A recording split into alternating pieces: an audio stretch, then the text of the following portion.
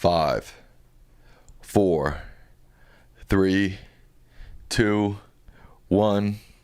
We are live. Coming to you live. Lichtman live. Say what's up to the people, Dad. Hey, welcome to our very savvy and knowledgeable audience.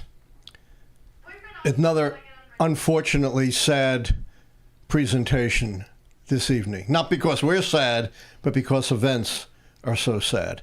There are two hallmarks of every modern authoritarian regime: control over what we can say and think, and the militarization of the society. In other words, thought control, and then control over our bodies and our actions through the military. And sadly, that's what we're seeing right now in the United States. And some of the most eloquent defenders of free speech and freedom have warned us on that. Of course, we're going to talk about the forced firing through the intervention of the Trump loyalist, Mr. Carr, the FCC chair. But before we do that, I got a quiz for you. You ready, Sam? Yes.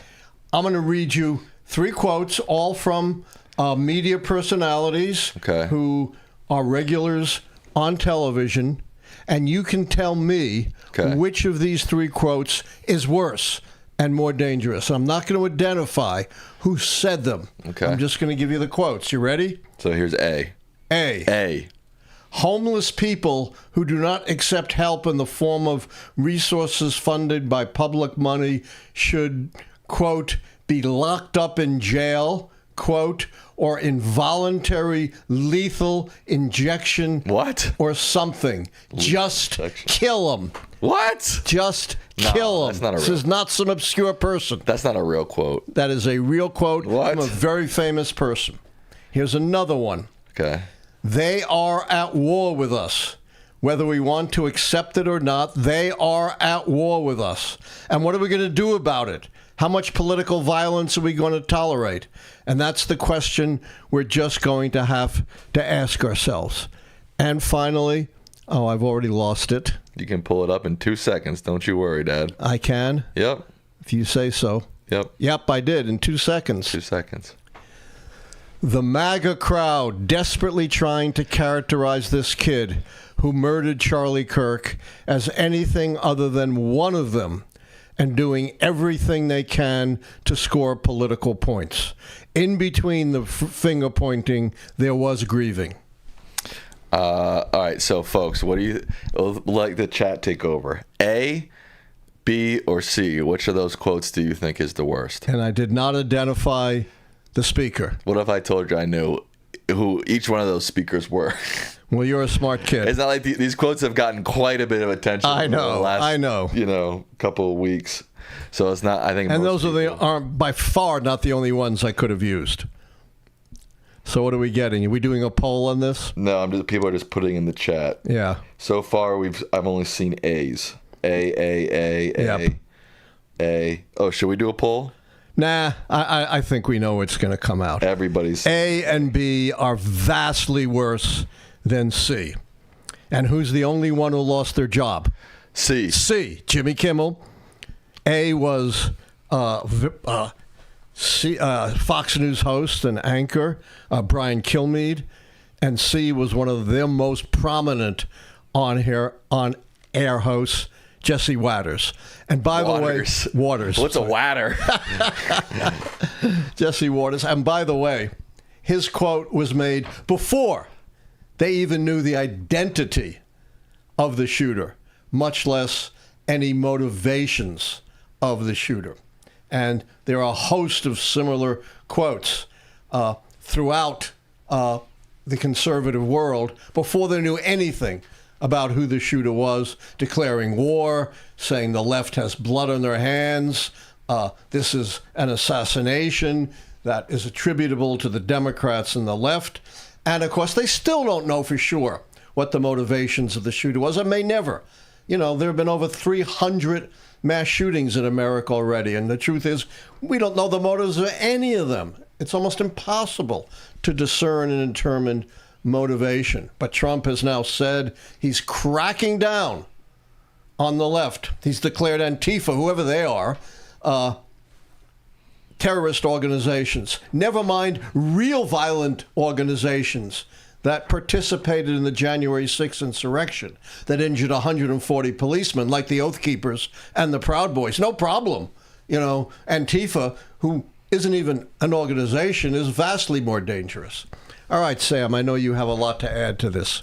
Let's just intro the whole topic and get into this in detail. So the breaking news as of yesterday is that ABC has yanked Jimmy Kimmel Live after the FCC chair, Brendan Carr, blasted Kimmel's comments on Charlie Kirk, which we just heard a piece of. This is fueling outrage over censorship and political pressure. Let's take a look at his full quote, Dad. How do you feel about that? I think that's a great idea. Okay, here it is.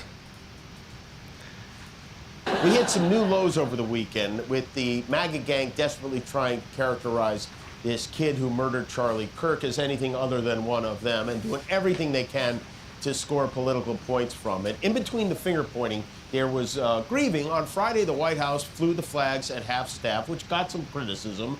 But on a human level, you can see how hard the president is taking this. My condolences on the loss of your friend Charlie Kirk. May I ask, sir, personally, how are you holding up over the last day and a half, sir? I think very good. And by the way, right there, you see all the trucks? They've just started construction of the new ballroom for the White House, which is something they've been trying to get, as you know, for about 150 years. And it's going to be a beauty. Yes. He's at the fourth stage of grief, construction. Demolition, construction. This is not how an adult grieves the murder of someone he called a friend. This is how a 4-year-old mourns a goldfish, okay? And it didn't just happen. Okay, so that's what the part of the monologue that got Jimmy Kimmel suspended indefinitely. I'm going to be straight up honest. I don't think that was bad at all. I mean, maybe you can argue his whole thing about his whole MAGA quote and them trying to say, distance themselves. I mean, maybe that was a little misleading, but to me, the jokes here are clear. He's making a joke about MAGA folk who instantly turned this into political weaponry, and he's making a joke about Donald Trump, who obviously, from that clip, did not seem very like he was grieving much for this man that he claimed to be so close for. He didn't make a joke about Charlie Kirk himself at all. In fact, earlier, before this monologue, he actually did speak about Charlie Kirk directly. Should we take a look at that, Dad? Yes, please. Still trying to wrap our heads around the senseless murder of the popular podcaster and conservative activist Charlie Kirk yesterday, whose death has amplified our anger, our differences. And I've seen a lot of extraordinarily vile responses to this from both sides of the political spectrum. Some people are cheering this, which is something I won't ever understand. We had another school shooting yesterday in Colorado, the 100th one of the year. And with all these terrible things happening, you would think that our president will at least make an attempt to bring us together, but he didn't. President Obama did. President Biden did. Presidents Bush and Clinton did. President Trump did not. Instead, he blamed Democrats for their rhetoric. The man who told a crowd of supporters that maybe the Second Amendment people should do something about Hillary Clinton. The man who said he wouldn't mind if someone shot through the fake news media. The man who unleashed a mob on the Capitol and said Liz Cheney should face 9-barrel shooting at her for supporting his opponent blames. Okay, so that was his reaction right after, I guess, his first show post the Charlie Kirk murder. He seems to be, again, making fun of Trump. In fact, he says that he finds the Charlie Kirk murder terrible. He even posted about it, saying, instead of angry finger pointing, can we just for one day agree that this is horrible and monstrous to shoot another human? On behalf of my family, we send love to the Kirks, to all the children, parents, and innocents who fall victim to senseless gun violence. Fire him. This is the guy who they're firing over Charlie Kirk comments. Now, what do you always say, Dad? Follow the money. Follow the money. There's a lot of money involved, I think, in this decision. Jake Tapper explains the possible financial side of this decision very well. Let's listen to Jake for a second. Well, follow the money. In August, Nexstar, the largest owner of TV stations, local TV stations in the country, announced that they wanted to purchase their rival Tegna for more than $6 billion. Now, in order for that deal to go through, Nexstar would need the approval of the Federal Communications Commission. And in fact, they would need the FCC to lift the cap, a 39% cap that the FCC has, which is a rule that states no company can own enough TV stations to reach more than 39% of the households in the United States. And this deal going through would violate that cap. The current chair of the FCC, Brendan Carr, he earlier this year said that he would be willing to entertain lifting what he called arcane artificial limits on how many TV stations any one company can own. Okay, so that's where we are. Nexstar wanting to get the FCC's approval, the FCC commissioner making it clear that his mind is open. Today, Wednesday, the FCC commissioner goes on a podcast, a MAGA podcaster, and makes it very clear that he did not like the comments that Jimmy Kimmel made on Monday night. He calls Kimmel talentless. And then he says... So I think, again, Disney needs to see some change here, but the individual licensed stations that are taking their content, it's time for them to step up and say, this garbage, to the extent that that's what comes down the pipe in the future, isn't something that we think serves the needs of our local communities. But this sort of status quo is obviously not acceptable where we are. You believe that? So he's calling on local TV stations to reject the Jimmy Kimmel show. That was posted on Twitter or X at 1:01 p.m. Wednesday. Within hours, Nexstar makes the announcement that the company's owned and partnered television stations affiliated with ABC will preempt Jimmy Kimmel because they object to recent comments made by Kimmel. And then, shortly after that, ABC television network announced that they were suspending Kimmel's show. And so, while there are no doubt people who are legitimately offended by what Kimmel said, and no doubt tensions are high and feelings are fraught, there is also a lot of money to be made, and there are also a lot of people who want to endear themselves to the FCC commissioner and President Trump. Follow the money. Okay. Wrapping this intro up, as longest intro we've ever done. So after Kimmel Dad, Trump has doubled down, threatening to pull licenses from TV stations critical of him, raising alarms about direct attacks on press freedom and how corporate America is bending to Trump. Two problems here. One is our mainstream media has become overwhelmingly corporate. And as we can see here in that excellent clip you did, an intro you did, Sam, that lends itself to extraordinary conflicts of interest.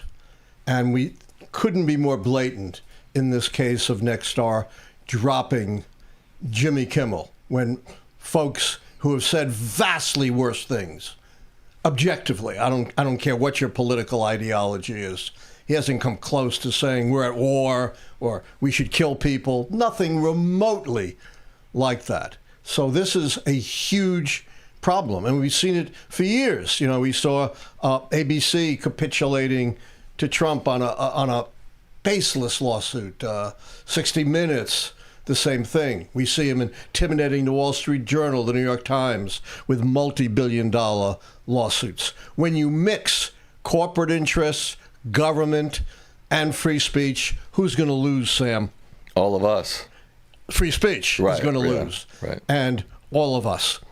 And this is, as I said, one of the hallmarks of every authoritarian regime in modern history. What is one of the first things the Soviet dictators did? They registered every typewriter, in those days it was typewriters, to make sure no one would be printing or publishing anything contrary to the party line. Sam, what's one of the first things the Nazis did when they took over? Burned the books. How much press freedom is there in Russia, Sam? None. It's state media, or if you try to criticize the regime, as we saw here with Jimmy Kimmel, you're in big trouble. You see the same thing in Hungary or in China.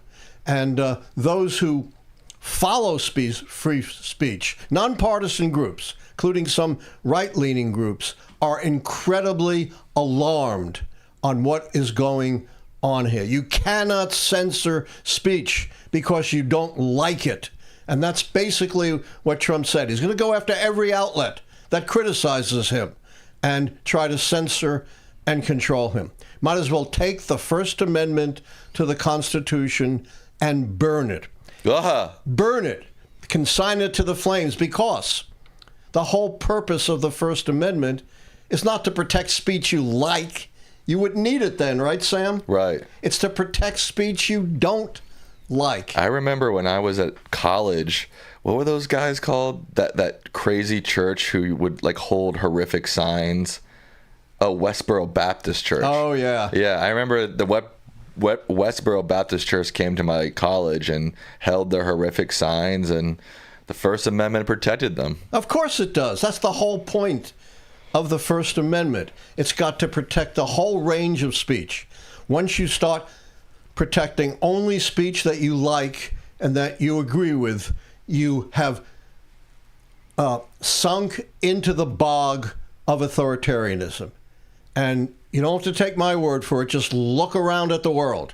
Just look around at every authoritarian regime in modern history, from the Soviets to present Russia or China or Hungary. That's exactly what they do. And that's exactly why we have the First Amendment, to protect all speech.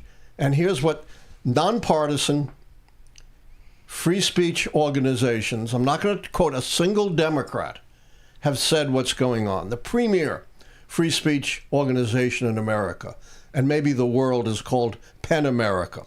And they said, quote, "This marks a dark new level of capitulation and censorship of speech, more redolent of autocracies than democracies."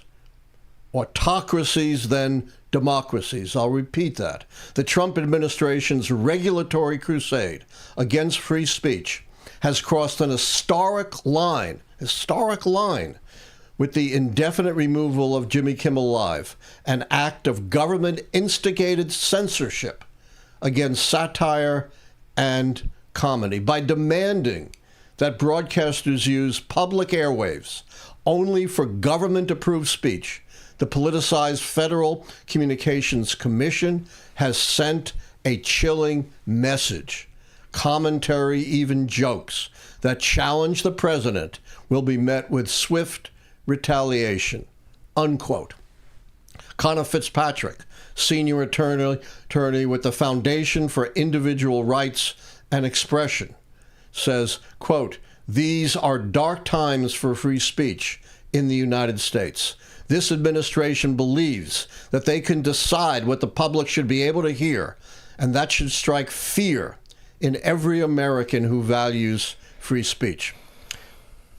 FIRE, the official organization of the Foundation for Individual Rights and Expression, another media outlet, withered under government pressure, assuring that the administration will continue to exhort and exact retribution on broadcasters and publishers who criticize it. We cannot live in a country where late-night talk show hosts serve at the pleasure of the president. But until our institutions grow a backbone and learn to resist government pressure, that is the country we are.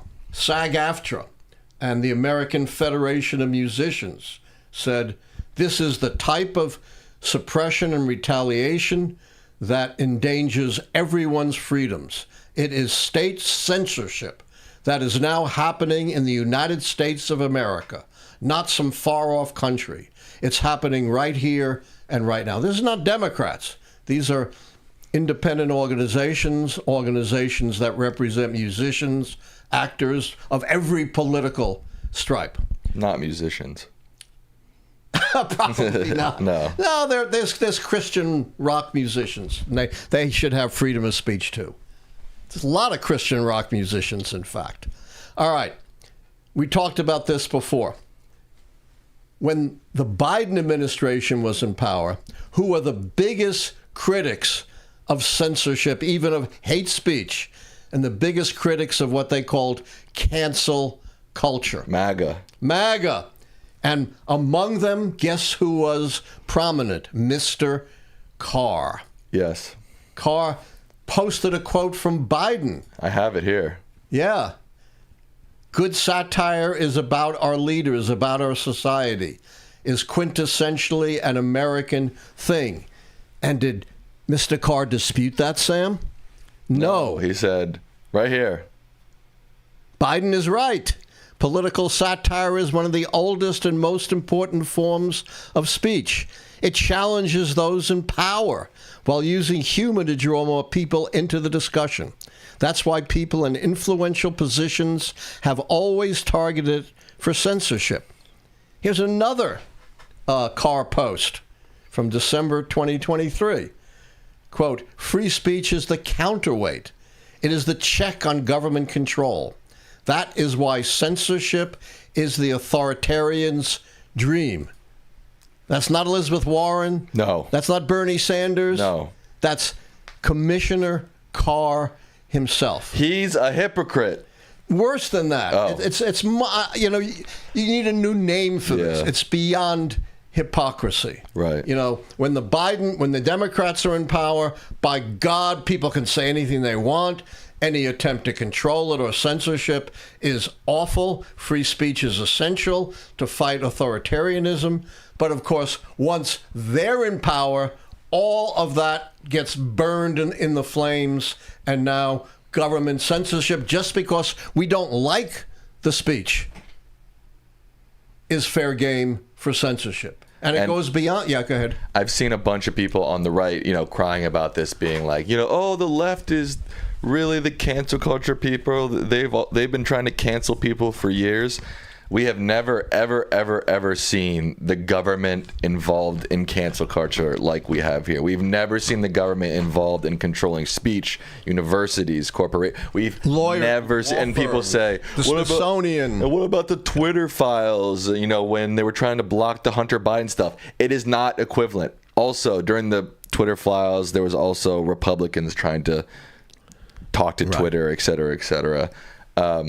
We've never, and most of these left-wing cancel stuff is mostly, left-wing Twitter people. It's not. It's marginal people. Yeah, it does not have the same weight as what's happening now. Yeah, I was an expert witness in a case involving educational controls in Florida, and the opposing expert, a very conservative academic, made this claim: all of these liberal academic institutions are canceling out the voices of the right. They won't let anyone who's not a liberal speak on campus.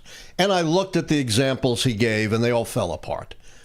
It's very, very rare that a higher education institution actually cancels an invitation to anyone of any political stripe. It's less than 1%. But, they'll still make this claim and maybe find one or two examples out of hundreds of thousands, and claim that's the truth. But Sam, you put your finger on it. This is the critical thing. This is the power of government controlling our speech. And what they're doing with Jimmy Kimmel is not, as you point out, an isolated incident. They are now claiming they're going to do this across the board. They're going to get tough with everyone. They're already doing it with the Smithsonian, censoring what they can present to the American people in an incredibly biased way, going after free speech at colleges and universities. A recent decision in their attempt to control Harvard blasted them, saying, this is such a gross and clear violation of the First Amendment. So this is only part of a massive attempt to censor what we can say and hear.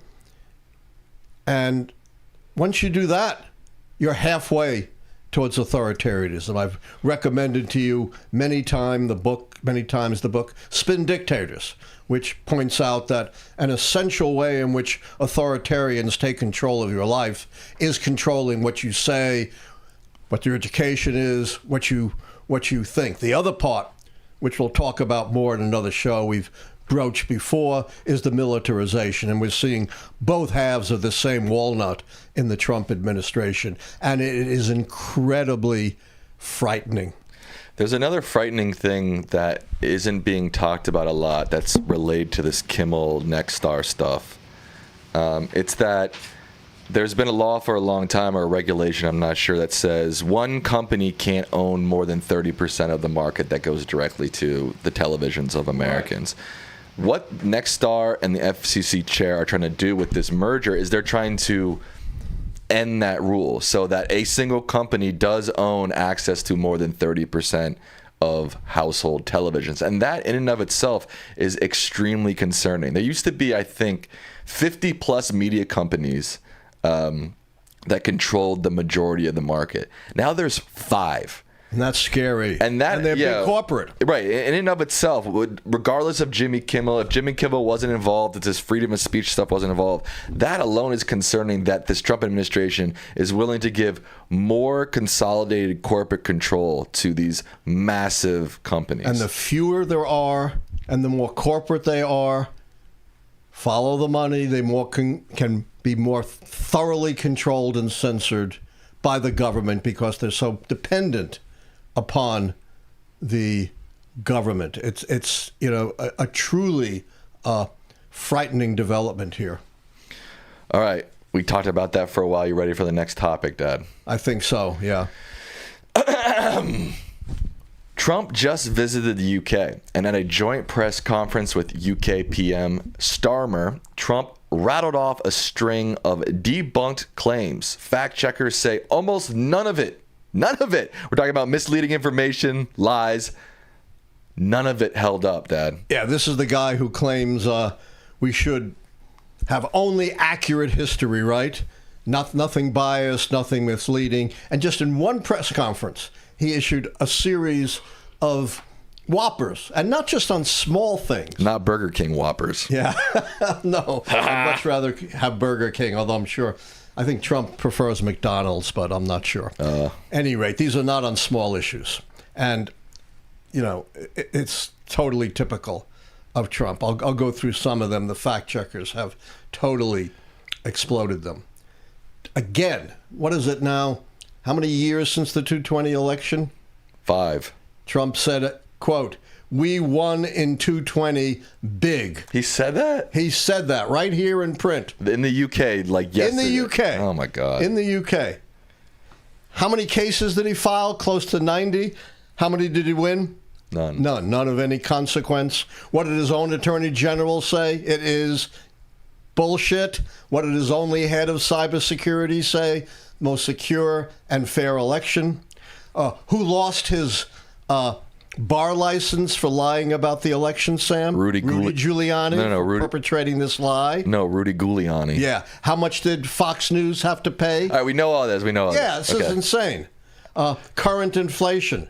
We've already solved inflation. Oh, cool. We've solved prices. Sick. Guess what? What? Inflation is just as high as it was at the end of the Biden term, maybe even a little bit higher, 2.9% in August.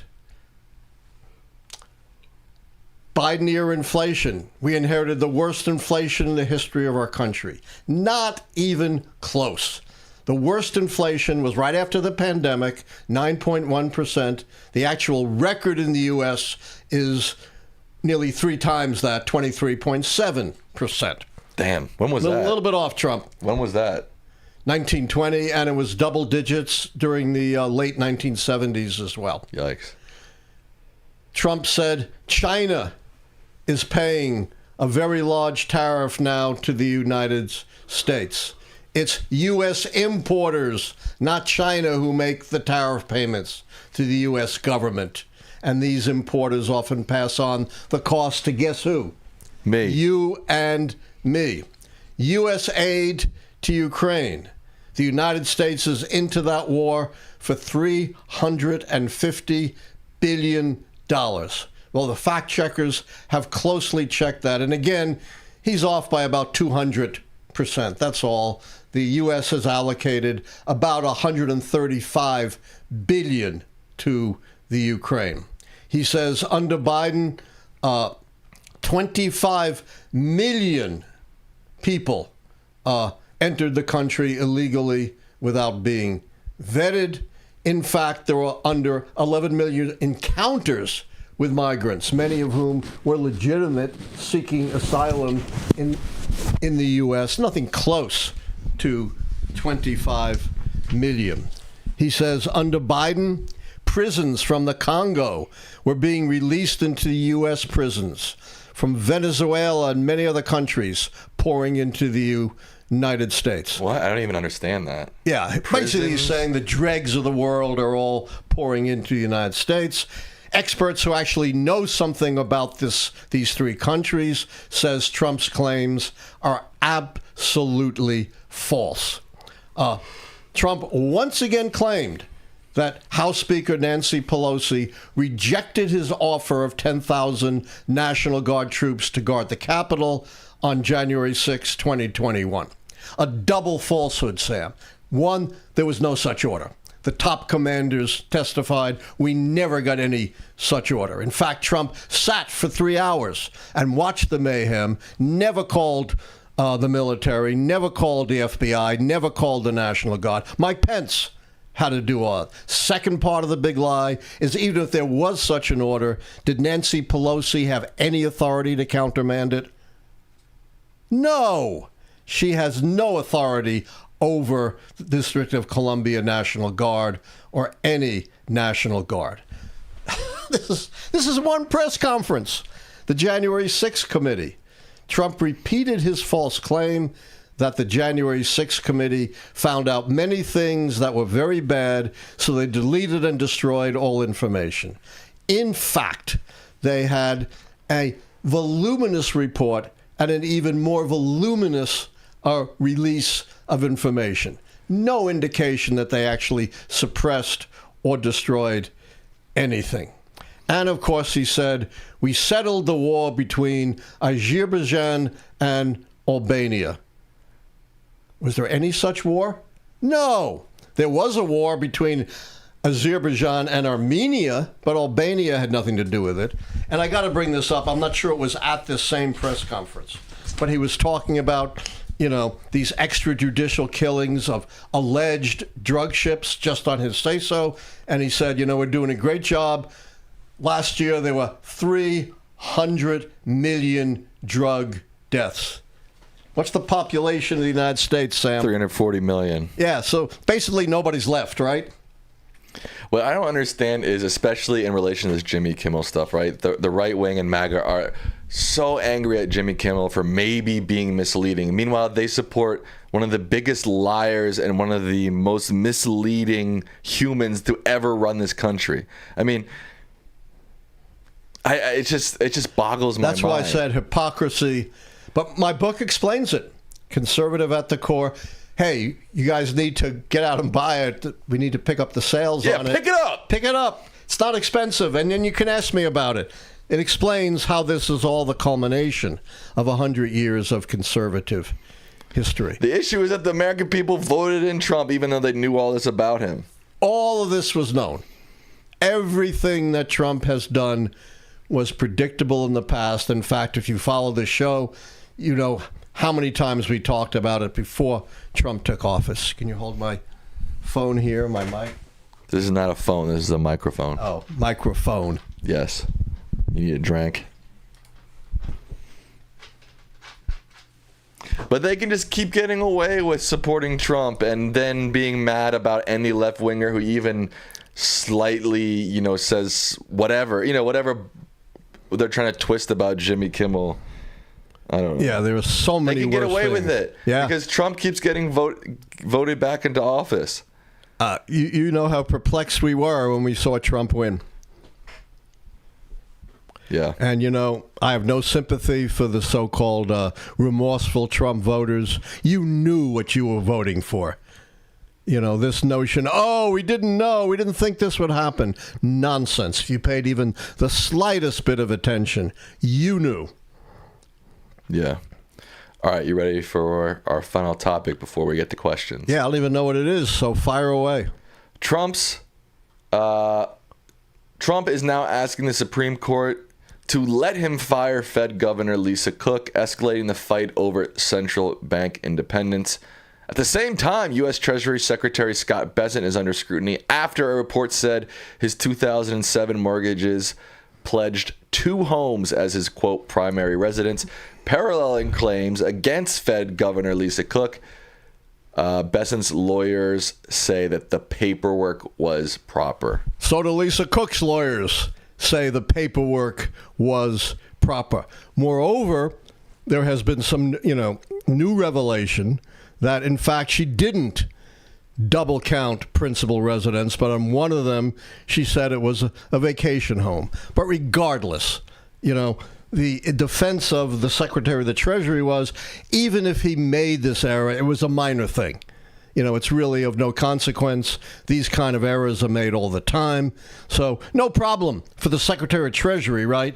One of the, probably along with the Fed chair, the most important economic official in the country, much more important than one of a bunch of Federal Reserve governors. But it's fine for him, right? No problem. But for her, it's a fireable offense for cause, even though it was years ago and has nothing to do with her performance on the Fed.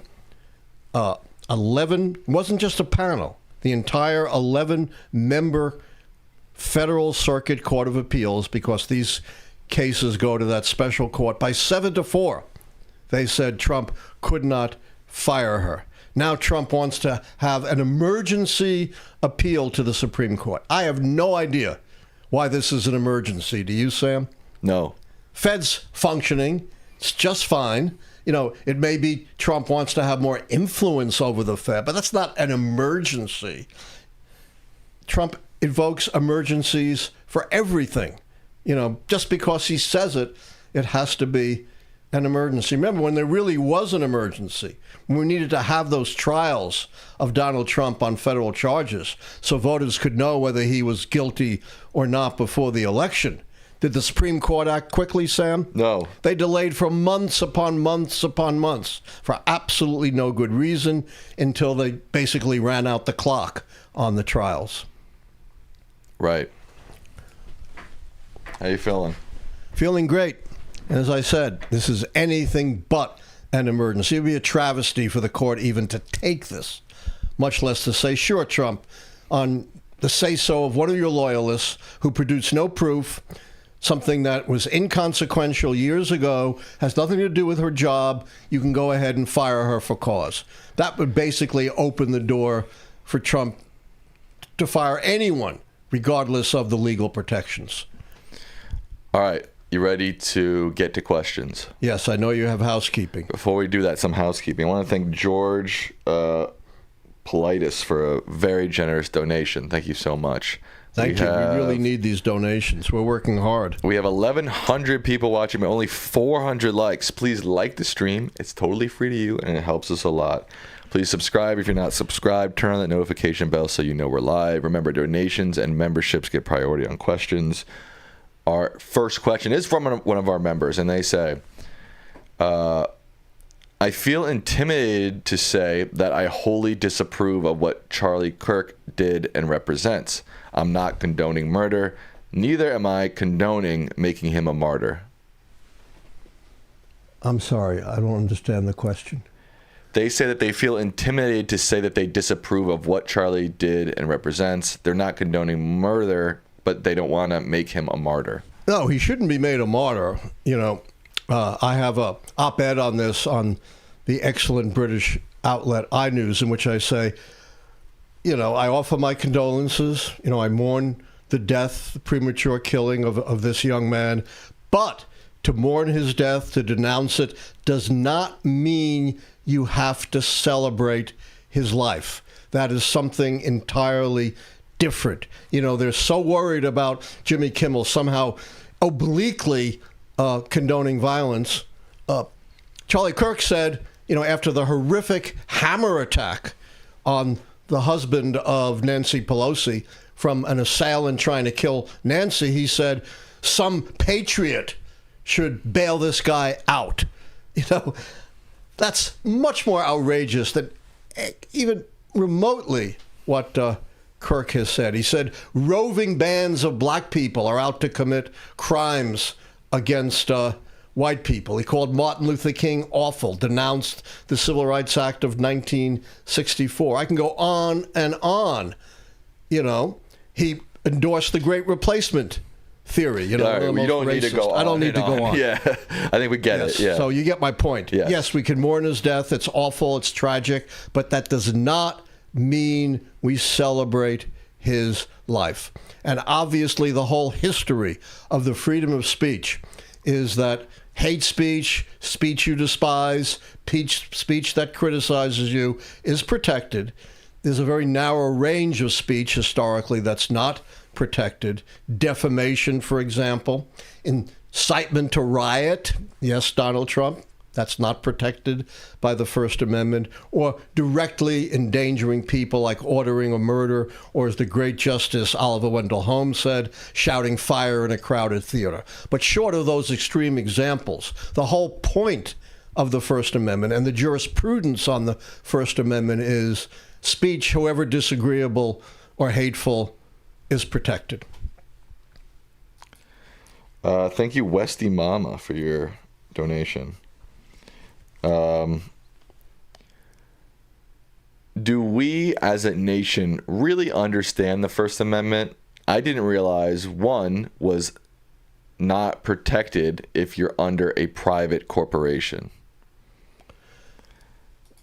Yes and no. It is true that a private corporation is employees of a private corporation are not directly protected because obviously the amendments apply to government action. But there are wide ranges of types of discrimination on the part of private employers that still fall afoul of not necessarily the First Amendment, but lots of federal law. For example, you can't fire someone because of their race or their gender or their religious preferences.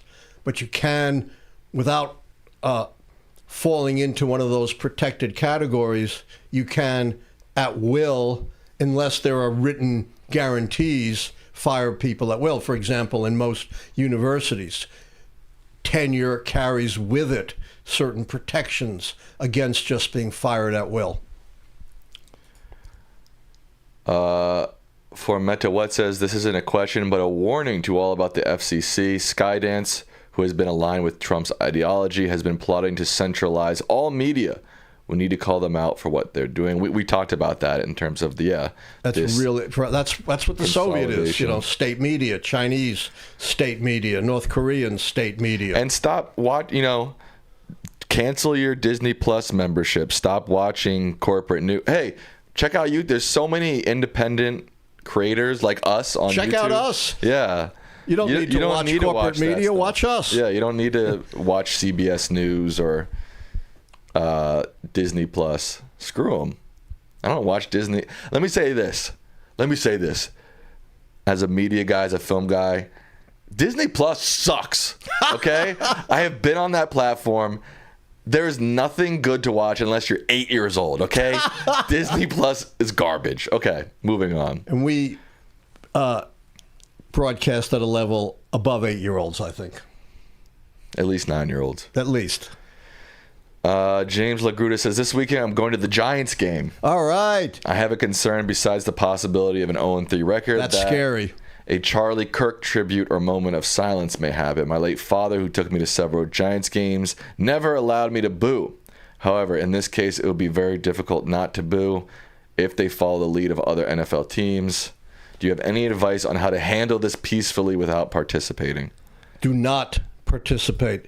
Remember, Trump was all up in arms about the politicizing of the NFL when black players had legitimate grievances, right? To very peacefully protest racial discrimination and violence in America.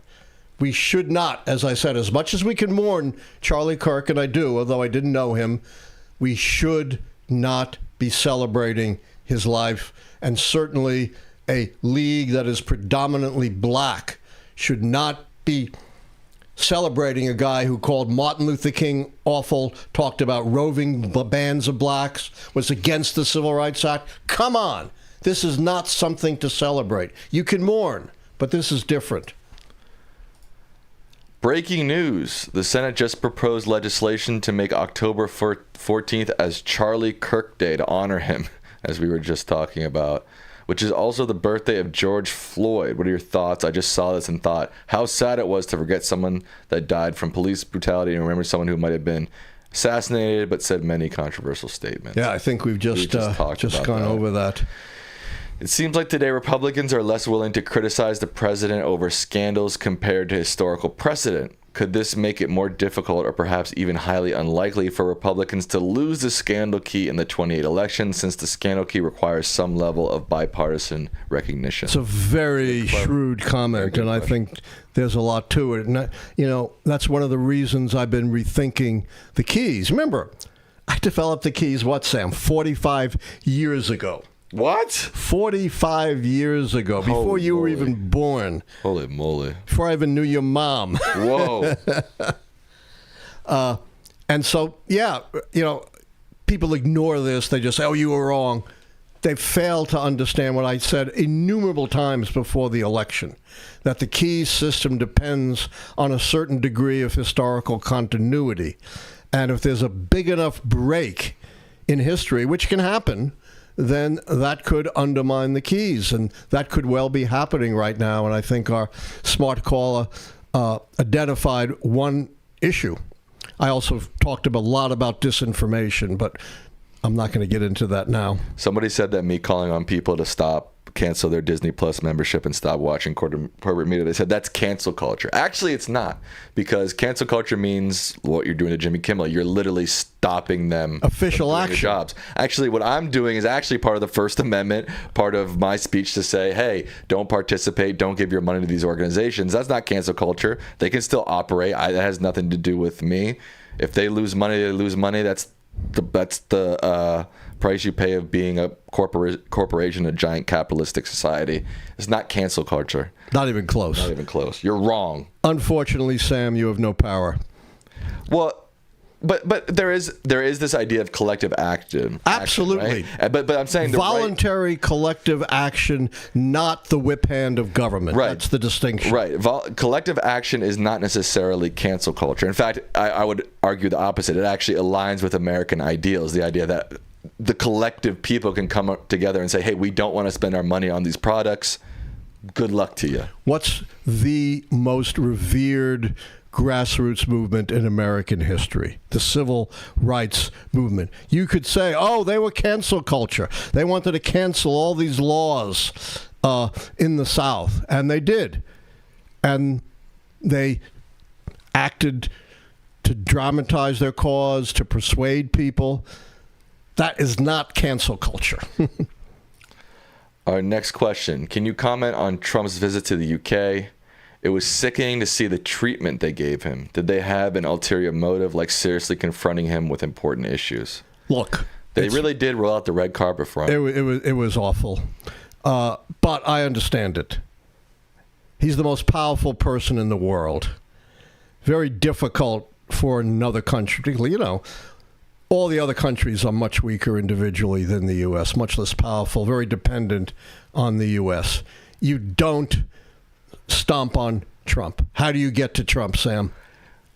Ooh, Trump, yeah. Yes, like you that. Flatter him. You fate him with royalty. You put out the red carpet. That's the way you reach Trump. And by the way, so this visit to the UK, what is it, about a month after he gave Putin the 2-week deadline? Right. Did we hear anything about joining with the UK to impose sanctions on Putin? Taco. Did we hear anything from Trump saying, hey, gun violence is 300 times, gun murders are 300 times greater in the U.S. than in the U.K. What can I learn from you? Oh, come on. Why do you keep bringing that up? That's like, there's a better chance of you running into a unicorn than that happening. I know. But my point is, we got to keep in mind what rational, reasonable policy is. Otherwise, we can get caught in thinking that Trump and what he does is somehow within the broad mainstream, and it's not. It's way, way off. This is from member Ben England. They say Democrats are likely going to win a special election next Tuesday in Arizona. This should give them the 218th signature on the discharge petition for releasing the Epstein files, assuming none of the 4 Rs who have signed it change their mind. Do you think the petition will succeed? No. Really? I think one of the 4 will back out. How many times have we seen this, Sam? Oh, Susan Collins is so concerned.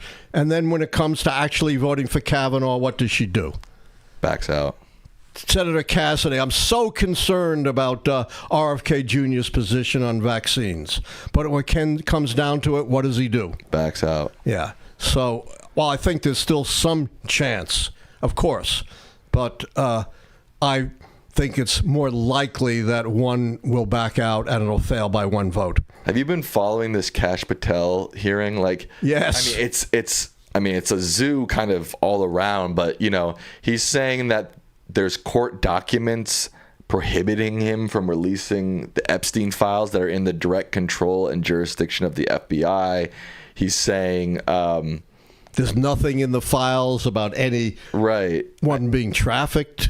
Right. And he's going ham on these Democratic. He's obviously trying to distract from his own utter Epstein incompetence. He could not have mishandled the investigation. Right. And the thing was, beforehand, he was saying, before he was the FBI director, he was saying that the FBI director has all the control in this. And now that he's the FBI director, he's claiming that he's released everything he can under the law. I mean, it's just total BS. Right. As I said, maybe it's another contest with another book prize. Come up with a stronger word than hypocrisy for what the right has been doing. Let's not promise that, but we won't promise that, but think about it. Maybe we'll have a contest for that. All right, how much time do we have left? 7 minutes. Oh, an eternity. Are you tired? No. Do I look tired? No. All right. A number of current Dem members of Congress have made a pledge to stop taking AIPAC money, while several Dem candidates are swearing it off it as well. If this is a trend of things to come, do you think it's a good thing? You know, I don't want to tell people what money they should and should not take. Why not? Because I know how important money is to a campaign. I ran a campaign once, big mistake. Didn't have any money. It didn't only mean that I couldn't be on TV. It killed every aspect of my campaign. Our phones kept crashing. We had a terrible computer system. We had an awful spreadsheet. We had to struggle to fill out FEC reports. Generally, I think it's a good thing, but I don't want to weigh in what money people should and shouldn't take. But don't take oil company or tobacco company. $10 donation from Strange Plains 24. They say, as a current STEM student, the ICE raids at the Hyundai plant terrifies me since this puts my job prospects at risk. How can we have a chance at recovering manufacturing after Trump leaves office? You know, I'm not an expert on this, but the experts have said it might take 5 to 10 years to rebuild the American economy and American society after the damage that Trump could do in 4 years. Remember, it's only been 7 months. I think it was the last show I talked about the distinction between clock time and live time. Live time is what you experience and could be vastly longer than clock time. You know, I've run some marathons and I know the last 5 to 10 minutes of a marathon is like 5 hours. Well, these 7 months have been like 10 years. This is from member Obi Family. They say, hey guys, I'm sure we're agreed that the new White House ballroom will be a 24-karat monument to vulgarity. Can we think of some more appropriate uses for it once Trump has gone? I'm thinking perhaps the DJT Museum of Anti-Fascism. Make it into a homeless shelter, right? Wouldn't that serve them right? Can you imagine? Or failing that, the DJT Classified Document Storage Facility. Yeah. Why? Can you explain to me why? I haven't really dug into this. Do you know why Trump is so obsessed with this ballroom? Vanity. Why does he have all this gold? He thinks he's an emperor. Right, and he's all about, echoes Louis XIV, who said, "I am the state." Basically, Trump has said, "I am the government. It's all me." And, I want to have all the gildings of, kingship and empire. Plus, I want to show everyone I can do whatever I want. No one's going to stop me. If I want a ballroom, I get a ballroom. I want to spend hundreds of millions of dollars retrofitting some plane that, in a massive conflict of interest I got from a foreign country. No problem there. What is going on with Medicare and Social Security other than staffing cuts at Social Security? I heard Medicaid cuts triggered a $5 billion cut. Also to Medicare, something about sequestration. I'm not an expert in this, but I understand that there are some premiums for certain types of Medicare people going up. And that's a huge problem for people on Medicaid. Many of them are on fixed incomes, dependent on Social Security. Even small increases in the premiums they have to pay could be absolutely disastrous to them. The other problem, which we've talked about before, if the Medicaid cuts result in the closure of hospitals, particularly rural hospitals, that's going to make it much more difficult even for people who have Medicare coverage to get their health care. What impact did Alberto Gonzalez's tenure as Attorney General have on the balance between national security and civil liberties after 9/11? Yeah, his was a huge scandal on many levels. Attorney General under George W. Bush, who had to resign under a cloud of scandals for politicizing the Department of Justice, including the career appointees. Imagine that. It seems quaint now what Alberto Gonzalez was doing, and also for sanctioning various unconstitutional actions, such as so-called enhanced interrogation, or really, in the more common parlance, torture. And that seemed to have tilted the balance more towards civil liberties, at least for a time, but we can see that balance has drastically shifted since. $10 donation from Junaid Naik. They say, do you think the far right and Antifa could cause more social unrest due to this moment? I don't know what Antifa is. So, we've talked about this a lot. We know who the Oath Keepers are. We know who the Proud Boys are. We know what purveyors of violence and white nationalism they are. And they're being ignored. And somehow Trump fabricates an organization that doesn't even seem like an organization to label for terror, to blame for all the ills of the country. We saw this during the George Floyd Black Lives Matter protests during Trump's first term, when he also blamed Antifa for riots and lootings and murderers. And guess how many people were actually arrested that they could even prove some remote ties to Antifa out of so many thousands of people arrested? One, maybe. And what is, post the horrific murder of Charlie Kirk, he's come out with this policy of targeting Antifa. What does Antifa have? Did they have anything to do with Charlie Kirk's murder? I mean, we do not know of any affiliation of this guy with any left-wing organization, much less the non-organization of Antifa. We have no idea why he did what he did, but certainly there are no ties to Democrats or any liberal or left-wing organization. Much closer ties to the right from a lot of the violence we saw, like the murder of Hispanics in El Paso, the murder of Jews at the Tree of Life Synagogue in Pittsburgh, the murder of black people at the Black Church a number of years ago. You say, no one knows what Antifa is, blah, blah, blah. I think the Trump administration knows that, and it's such a general term that they can use that they can pin it to whoever they want. Exactly. Which is scary, You're 100% right. Since there really isn't any specifics involved here, this gives them carte blanche to go after anyone and claim, they're part of Antifa. All right, let's do one more question. Why not? This is a $5 donation from the Mad Hatter Forever. They say, was there ever a time in American political history when Republicans had no spine and Democrats had no principles? Like, I guess the opposite of your slogan. Yeah. Probably during the Jim Crow era in the South, when Republicans did not put up really very powerful opposition to Jim Crow that was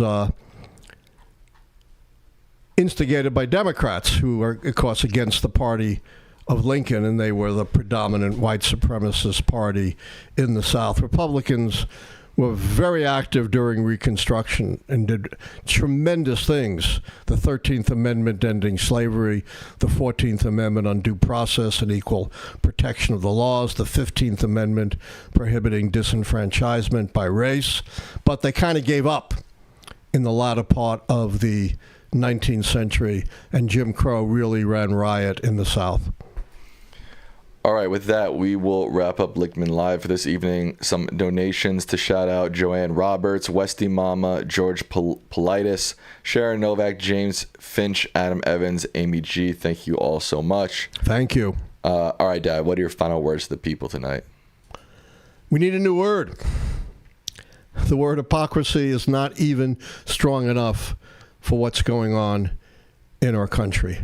And, you know, as much as the government is trying to crack down on us all, we just have to keep the faith and keep speaking. We can't just stop. Thank you, Dad. Thank you all for watching. Good night. Good night.